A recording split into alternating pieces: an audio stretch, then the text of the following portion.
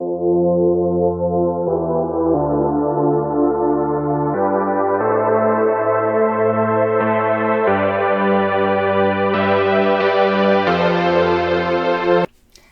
there, it's Stephanie Shea, Chief Astrologer for janspiller.com with your monthly horoscope, and this one is for you, Aries.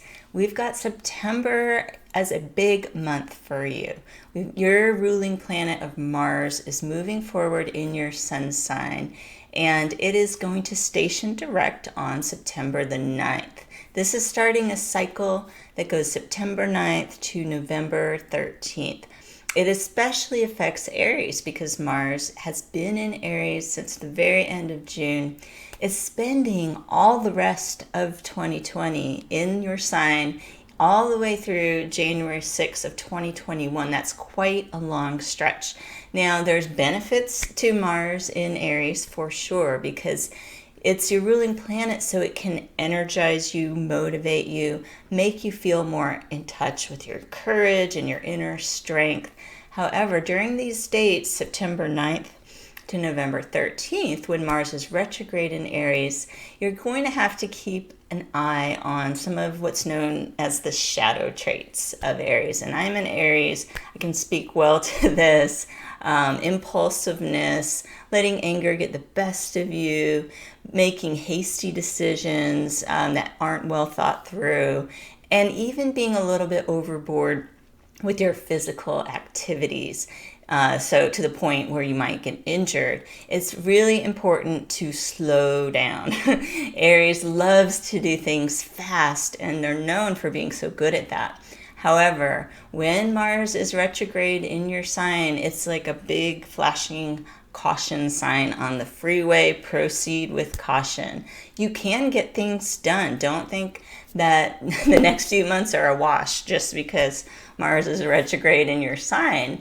It's actually a good time to put a wrap on things. The sun is going to be in Virgo, so you'll have the energy to check all the details and identify potential problems before they emerge. And again, once you're in that, oh, it's time to slow down mindset, you can really make the most of this. Another thing that Mars retrograde is useful for is working with anger. And especially anger you've been carrying around from the past. This is like a heavy weight. When people finally are able to release anger, they usually free up a lot of bandwidth in their brains to focus on things that will actually help them be more successful and happy. They're just shed that. So this is something you can work with at this upcoming Mars retrograde cycle. We're going to have a Pisces full moon on September the 2nd, and that's going to illuminate your subconscious mind and will probably validate a gut feeling that you've had for a while. You may receive some information that confirms a hunch, and you'll think, aha, okay. So you can definitely consciously work at this full moon to engage in meditation, prayer, or other rituals to help you connect with your higher power. That's going to help you see things with the greatest clarity. Creative projects are also scheduled to flourish around this full moon. Maybe you're going to put the finishing touches on something or get inspired creatively to get going on something. Allow yourself time and space to be with your emotions, however, because you might realize that you have some painful feelings to release. And again, probably anger related because of Mars and Aries, but it could be other things as well. The important thing is to slow down long enough to check in with yourself and see what's up. Now, just a bit more on this Mars retrograde. I want to mention I made a whole video on this topic because it's so important. So I encourage you to look at that for more information. But I would like to let Aries know that if you were born April 4th to April 19th of any year, you're going to feel this Mars retrograde cycle the most intensely.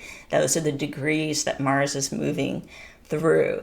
Now, work proactively to channel your anger in a healthy way. It's really okay to get fired up. That's what Aries do, and that can often be the impetus to making a change that make things better. However, make sure you aren't letting anger get the best of you.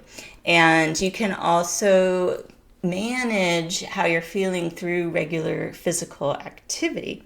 Aries often need to move their bodies. It's a way of processing emotion. Avoid just overdoing it with aggressive sports where you might get injured for sure. But if you have regular practices of getting out, moving around, getting the breath flowing, that's going to really help temper any feelings of frustration that might flare up around this month.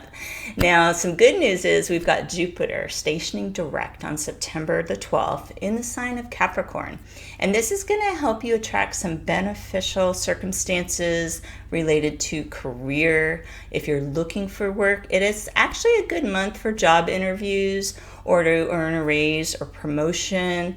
Mars being retrograde, you just want to be careful with new contracts or agreements. So say you did take a job between now and November 13th.